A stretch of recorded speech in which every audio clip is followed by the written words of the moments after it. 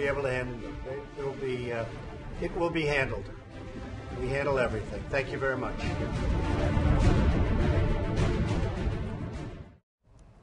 북한의 신포조선소에서 지난 30일 또다시 미사일 사출 시험을 실시했습니다.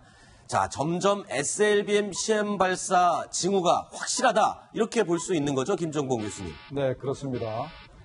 북한이 7월에만 들어서도 벌써 세 번째 수중에서 미사일 사출 실험을 했기 때문에 분명히 북한이 이번에 SLBM을 쏠 것 같은데 네.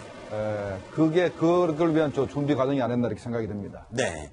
자, 미사일 사출 시험 뉴스탑10 팀이 여러 번 설명을 해드린 적이 있었는데 미사일 발사는 이동 발사대의 손상을 막기 위해서 고압 증기를 이용해서 먼저 발사를 한 다음에 공중에서 엔진에 불이 붙는 그런 기술입니다. 잠수함에서 이 탄도미사일을 발사할 때 필수적인 기술로 알려져 있는데 자, 그런데요.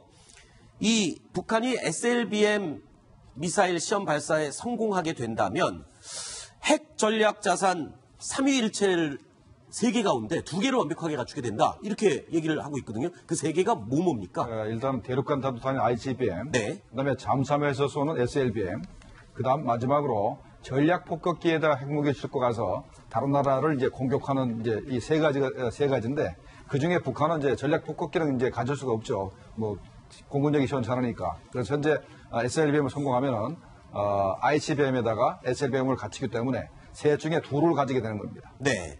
자, 여기 핵전략 3위일체 그러니까 핵전략 자산 가운데 가장 대표적인 대륙간 탄도미사일 북한은 이미 확보한 상태고요. SLBM 지금 징후가 아주 농후합니다. SLBM을 성공적으로 또 시험 발사할 경우에 두 번째 핵 전략 자산을 갖게 되고 자, 전략 폭격기만 하나 남았는데 북한은 그러면 이 세 번째 전략 폭격기 확보를 할 능력이 있습니까? 전혀 없습니다. 아, 그래요? 일단 뭐 폭격기는 있으나 네.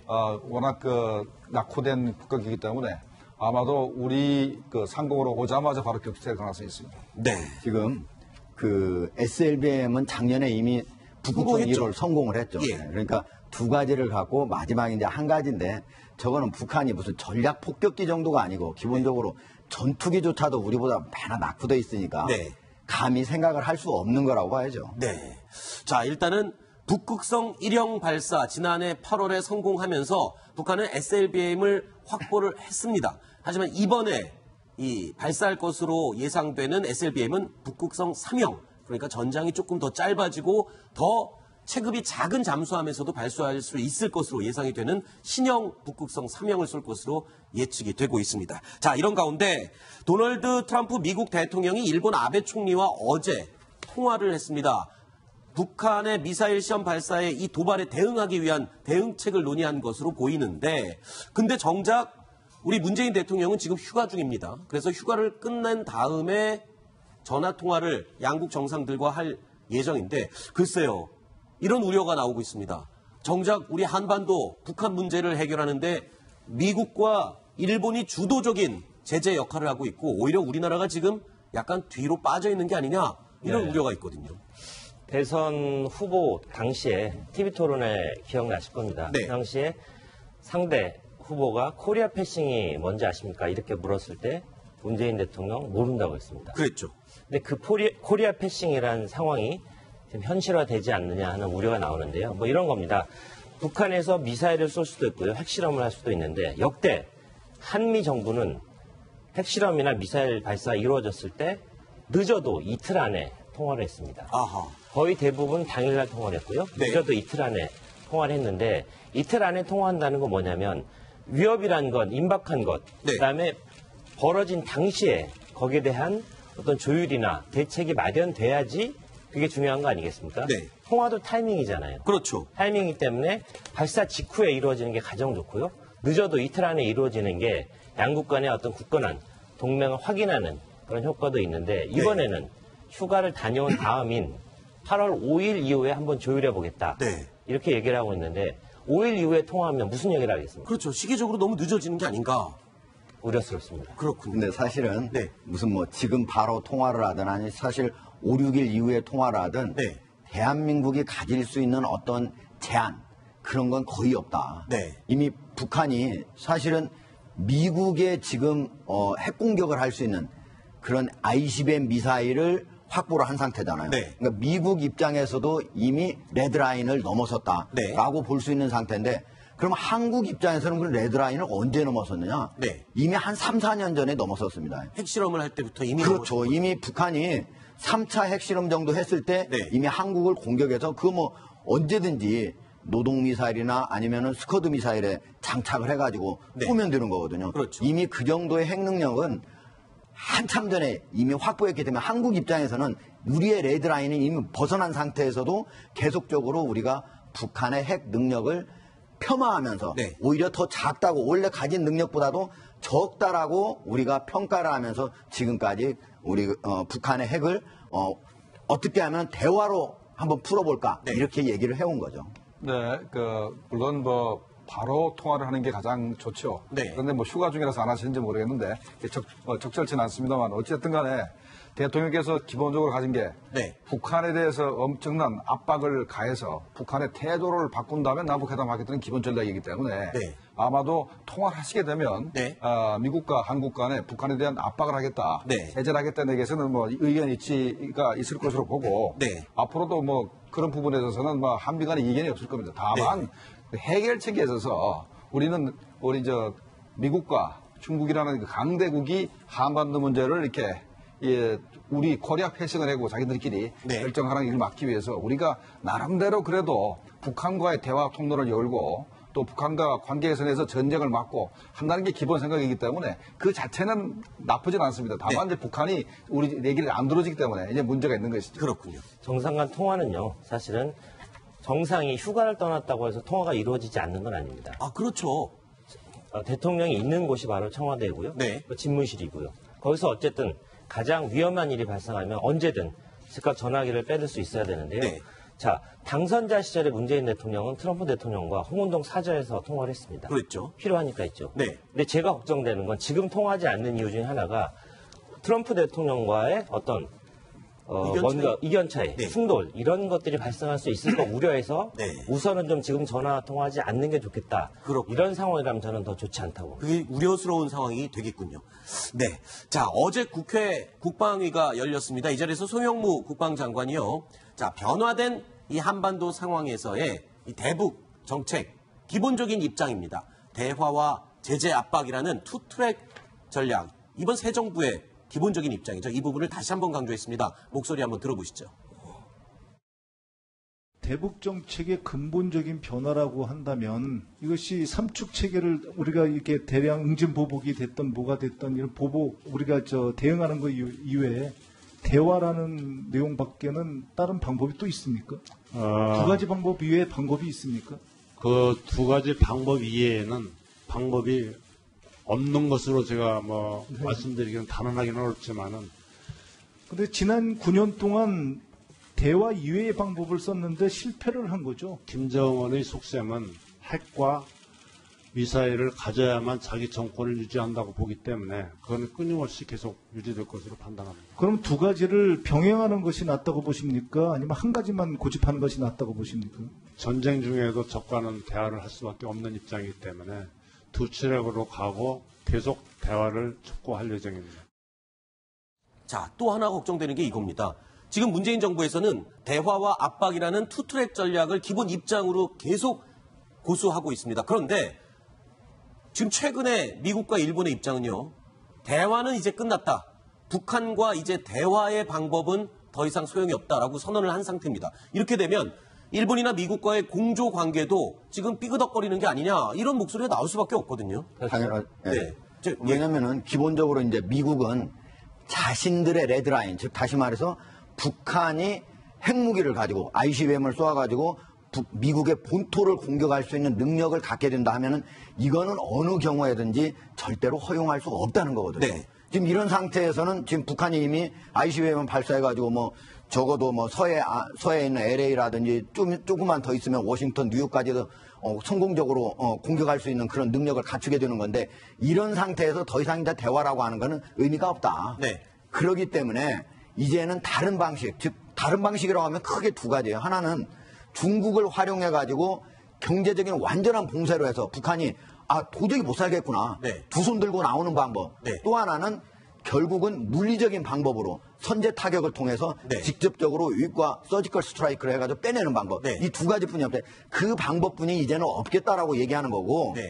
우리 같은 경우에는 어느 경우에도 북한을 직접 물리적인 타격을 해가지고 그거를 핵포기를 만들게 한다면은 북한에 엄청난 많은 사람들이 죽게 되는 거고 네. 어떻게 보면 또 남쪽에 또 보복 공격을 당해서 여기서도 죽게 되는 그렇죠. 그거는 무조건 막자. 네. 그렇다면 우리 입장에서는 중국을 잘 설득해가지고 네. 좀 북한이 결국은 스스로 핵포기를 할 수 있도록 네. 하는 방법이지 않겠느냐. 그런 측면에서 우리의 선택지하고 네. 미국의 선택지는 좀 차이가 있는 거죠. 그렇죠. 그래서 아직 트럼프 대통령과 문재인 대통령이 통화를 못하고 있는 걸 수도 있다라고 그렇게 추측이 가능하겠고요. 그런데 교수님, 저게 네. 트럼프하고 아베가 얘기하는 대북 대화는 끝났다. 네. 저게 아마 대북이 아닐 겁니다. 대화는 뭐 끝났다 했을 겁니다. 네. 뭐 제가 알기로는. 자, 이게 뒤에 뭔 소리 나면 아마도 트럼프가 유엔 안보리를 활용을 해서 북한에 대한 제재안을 이제 통과시키려고 그랬는데 네. 중국과 러시아가 말을 했지 않으니까 네. 결의안을 통과시켜봤자 그것이 뭐 알맹이가 다 빠졌기 때문에 의미가 그렇죠. 없다. 그래서 네. 대화를 통한 중국과 러시아에 대해서 대화를 통하면서 끝났다는 얘기고 네. 벌써 북한에 대한 대화는 예전에 끝났군요. 벌써 끝난 것이 네. 북한이 핵무기를 폐기할 의사를 보이지 않으면 대화를 안 하겠다고 명백했기 때문에 네. 이번 대화가 끝났다는 얘기는 중국과 러시아 니들하고도 얘기 안 하겠다 이런 네. 의미로 봐야 알겠습니다. 되겠습니다. 그러니까 지금 아까 김병기 의원이 송영무 장관한테 계속해서 그 답변을 유도하잖아요. 네. 자, A, B 두 개의 선택지가 있는데 당신 어떤 걸 하겠느냐 물어보는데 계속 유도하고 싶은 건 대화와 압박 동시에 가자 이런 얘기를 하고 있는데 맞습니다. 네. 대화와 압박을 동시에 병용하는 게 훨씬 상수죠. 그렇지만 지금 트럼프와 아베가 저렇게 나오고 있잖아요. 대북 대화 끝났고 지금 북한이 계속해서 도발을 하고 있잖아요. 네. 그런 상황에서 미국, 일본과의 공조가 절실한 네. 우리나라 입장에서 지금은 원보이스 하나의 어떤 일관된 정책을 만들어갈 수 있다는 것 네. 그런 이야기를 해줘야지 북한에 대한 가장 강력한 압박이 되고 있는데 네. 지금도 대화 압박 투트를 하겠다 네. 이런 얘기를 하면 미국과 일본에게 잘못된 시그널을 줄 수 있을 가능성이 아주 높다고 봅니다. 자, 그런데 이런 상황에서요, 우리나라 입장에서는 좀 황당한 일들이 벌어지고 있는 게 아닌가라는 의심이 듭니다. 왜냐하면 북한 정권, 김정은 정권 붕괴를 가정해서 중국과 미국이 우리 한국은 배제하고 빅딜을 시도하고 있지 않느냐라는 얘기가 미국 언론에서 흘러나오고 있습니다. 자, 보십시오. 북핵 문제를 풀기 위해서는 김정은 정권을 교체해야 한다. 내부 장성이나 정치 파벌에 의해 무너지면 동북아 안보는 나아질 것이다. 라고 내부 붕괴를 추천하는 듯한 이런 사설을 월스트리트 저널이 실었습니다. 그리고 헨리 키신저, 한반도 문제에 관해서 굉장히 전문가죠. 그런데 북한 정권 붕괴 이후에 중국에게 주한미군 철수를 보장해서 중국이 걱정 없이 북한 압박에 나서도록 해야 한다라고 얘기를 하고 있습니다.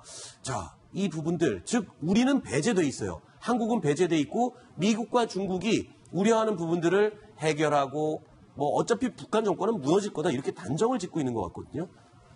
저거는 이제 기본적으로 어떻게 보면 이제 북핵을 해결하는 데 있어서 작게 그동안 봐왔다면, 즉 네. 북한하고 대화를 통해서 압박을 하는 것도 사실은 대화에 나오라는 거거든요. 네. 그런 걸 통해서 북핵을 포기하게 하려고 했는데 그건 완전히 이제 안 된다라고 네. 하는 걸 안 상태에서 이제는 북한을 완전 붕괴시키는 상태로 가는 방법뿐이 이 해결 방법이 없구나. 네. 그런 상태에서 사실은 한국이라고 하는 거는 큰 역할을 할 수가 없어요. 네. 우리 같은 경우는 만약에 북한을 붕괴시킨다 하는 거를 우리 남쪽이 주도적으로 북한을 붕괴시키다 이렇게 할 수도 없는 거지 않습니까? 네. 북한의 붕괴라고 하는 건 결국은 무력을 사용하는 방법뿐이 없을 텐데 북한의 붕괴를 그러면은 내부의 어떤 그 반란이라든가 뭐 폭동이라든가 이런 걸 통해서 한다고 하더라도 여러 가지 공작이 필요한 거 아니겠습니까? 네. 그런 것들을 해가지고 북한이 완전히 붕괴하게 된다면 중국에서 반대를 할 거기 때문에 중국의 반대는 뭐냐? 결국 한반도가 통일된 다음에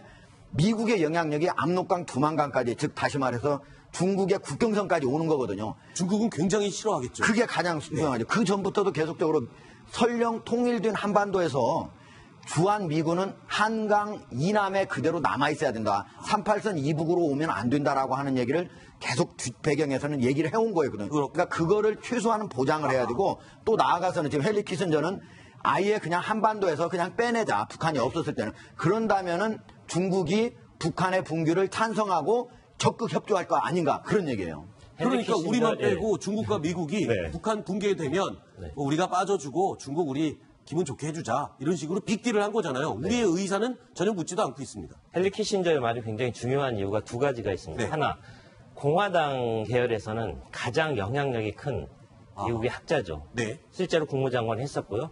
그다음에 두 번째, 헨리 키신저 하면 핑퐁 외교. 네. 중국에 들어가서 주계장막을 걷어내는 그런 역할을 했잖아요. 그러니까 저분의 머릿속에는 중국과 미국이 합심을 해서 북한이란 뇌관을 제거해야 된다. 그런 강대국 유지의 어떤 세력 균형 이런 부분에 대한 생각이 가득 차 있고요. 지금 현재 상황에서는 한국이 점점 소외되는 그런 느낌으로 가는 게 사실인 것 같습니다. 자, 이런 가운데요. 중국이 건군 90주년 열병식에서 특이한 무기를 공개했습니다. 40%가 뭐 모두 새로운 무기였긴 했는데 이 중에 우리 입장에서 보면 굉장히 등골이 오싹한 그런 무기입니다. 무인기인데요. 우리나라의 사드 기지를 공격할 수 있는 자살 무인 공격기다. 이거 무슨 무기입니까? 어떤 겁니까? 설명을 좀 해주시죠, 김정근. 네, 현재 오른쪽에 보이는 그 무기가 네. 레이더를 사드 레이더나 네. 레이더를 찾아가서 부딪혀가지고 폭발시키는 그 무인기입니다. 무인기인데 미사일이랑은 그럼 뭐 어떻게 다른 건가요? 다르죠. 이건 비행기니까. 비행기 이렇게 날아가다가 이제 부딪히는 건데 우리가 지난번에 사드가 그 성주에 배치된 직후에 네. 북한이 그 무인기를 보내가지고 위치를 계속 확보했었죠. 그거를 이제 촬영을 해 돌아가다가 이제 격추됐지 않습니까? 네. 그때 굉장히 우려됐던 게 북한이 그 당시에 그 무인기만 가지고 사드 레이더에 충격을 했으면 레이더가 파괴됐을 겁니다. 그렇죠. 네, 충분히 파괴됐을 겁니다. 네. 근데 그래서 굉장히 우려했었는데 현재 만약에 북한이 현재 중국의 저 무기가 뭐 ASN 301이라고 그러는 저 네. 무기를 만약에 북한이 저걸 갖다가 흉내를 내서 만약에 저걸 개발하게 된다 그러면 정말 우리한테는 직접적인 위험이 될 것으로 생각이 됩니다. 근데 이제 그 북한이 이제 가져온 원래 이제 남쪽을 이렇게 정찰하기 위해서 한 거는 이제 정찰용 그게 이제 무인기거든요. 네. 근데 저거는 이제 공격용 무인기라고 하는 거예요. 네. 저게 원래는 이스라엘에서 만들어가지고 90년대에 중국에 한 수출을 했습니다. 100여 대 이상. 네. 우리나라도 지금 저걸 확보하고 있습니다. 100여 대 네. 이상 확보를 하고 있어요.